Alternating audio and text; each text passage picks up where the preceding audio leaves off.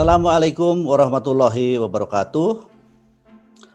Hadirin yang berbahagia, sejatinya pada saat proklamasi 17 Agustus 1945, wujud negara Pancasila itu baru merupakan cita-cita.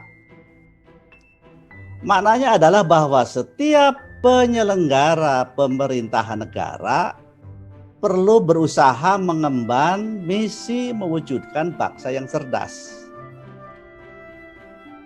Apa maksud mewujudkan bangsa yang cerdas itu? Maksudnya tiada lain melakukan transformasi budaya tradisional menuju budaya modern, transformasi budaya feodal menuju budaya demokratis, dan transformasi budaya birokratis menuju budaya yang profesional. Saudara yang budiman, apa yang dimaksud kecerdasan itu sebenarnya? Mana kecerdasan adalah masyarakat dan bangsa dengan kehidupan yang semakin maju dan modern.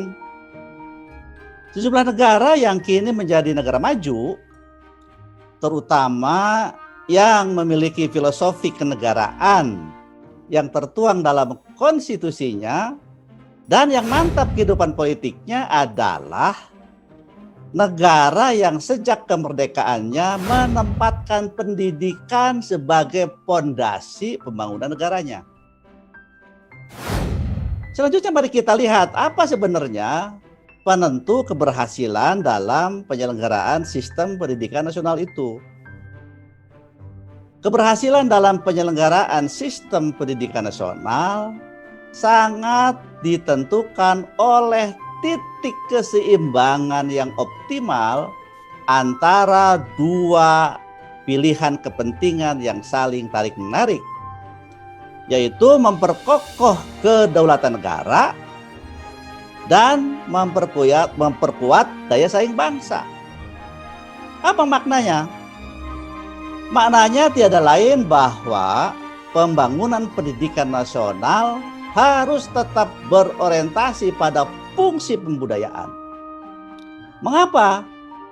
Karena diperlukan untuk memperkuat nilai-nilai kebangsaan agar dapat memperkokoh negara kesatuan Republik Indonesia. Akan tetapi, di lain pihak, pembangunan pendidikan juga harus diarahkan pada penguatan keunggulan dan daya saing bangsa dalam persaingan global. Indonesia tidak perlu memilih salah satu dari keduanya, tetapi mencari titik keseimbangan yang dinamis dengan maksud untuk memperoleh keunggulan dalam persaingan global dengan tetap berdiri kokoh sebagai bangsa yang berdaulat dan mampu mewujudkan misi penyelenggaraan pemerintahan negara. Saudara-saudara yang budiman, dalam pembukaan Undang-Undang Dasar tahun 1945 alinea keempat termaktub misi penyelenggaraan pemerintahan negara sebagai berikut: melindungi segenap bangsa Indonesia dan seluruh tampah darah Indonesia, memajukan kesejahteraan umum, mencerdaskan kehidupan bangsa, dan ikut melaksanakan ketertiban dunia yang berdasarkan kemerdekaan, perdamaian abadi, dan keadilan sosial. Itulah arti pentingnya pendidikan, yakni sebagai suatu cara untuk mewujudkan misi bangsa yang cerdas. Ada kata-kata bijak yang berbunyi, pendidikan adalah perhiasan di waktu senang dan tempat berlindung di kala susah. Sungguh merupakan untaian kata yang telah mendunia.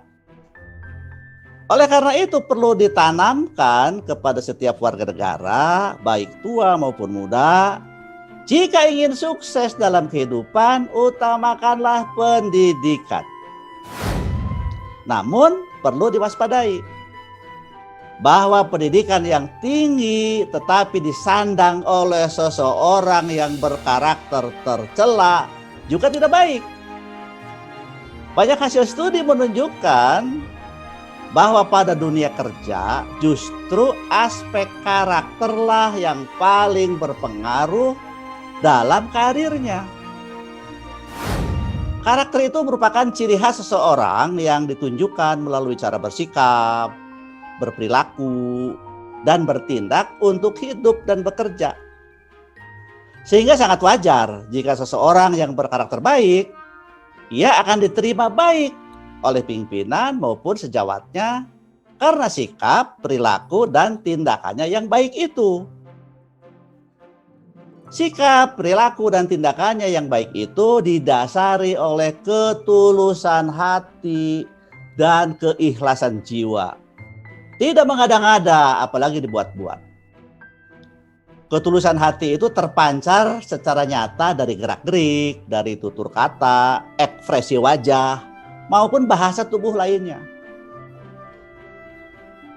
Saudara dan para hadirin yang berbahagia, Diana Oblinger dan Anli Verwijl pada tahun 1998 membuat scenario tentang sifat-sifat perorangan yang dikehendaki oleh para manajer perusahaan. Antara lain, nomor 1, mengenal potensi diri sekaligus haus ilmu sehingga mau mempelajari pengetahuan baru. Yang kedua, keinginan untuk belajar dan kemampuan mempelajari ilmu baru.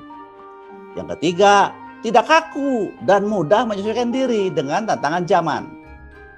Yang keempat, memiliki disiplin diri, dapat mengatasi stres, tahu prioritas, merencanakan banyak hal, dan menyelesaikannya sesingkat mungkin.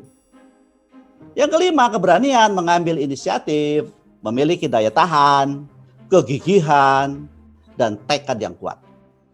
Yang keenam, memiliki rasa percaya diri, kesadaran diri, keyakinan diri, arah diri, dan promosi diri. Yang ketujuh, kemampuan berkomunikasi secara formal maupun informal. Dan yang kedelapan, kemampuan untuk betah tinggal dalam kelompoknya dan mampu berkomunikasi dengan kelompok lain, serta dapat mempertahankan hubungan sosial itu dalam perubahan sosial apapun. Dan terakhir, yang kesembilan, memiliki kebiasaan bekerja sama dalam kelompok. Itulah satu scenario yang sangat penting yang dikemukakan oleh Diana Oblinger dan Anli Verwijl berkenaan dengan ciri-ciri atau karakteristik seseorang yang paling disukai oleh para manajer perusahaan, yang mengindikasikan bahwa ciri-ciri tadi merupakan satu ciri karakter yang baik. Studi di Amerika Serikat yang diselenggarakan oleh Character Education Partnership menunjukkan bahwa motivasi siswa sekolah cenderung meningkat dalam meraih prestasi akademik pada sekolah-sekolah yang menerapkan pendidikan karakter. Kelas-kelas yang secara aktif terlibat dalam pendidikan karakter menunjukkan terjadinya penurunan drastis pada perilaku negatif siswa yang dapat menghambat keberhasilan akademik.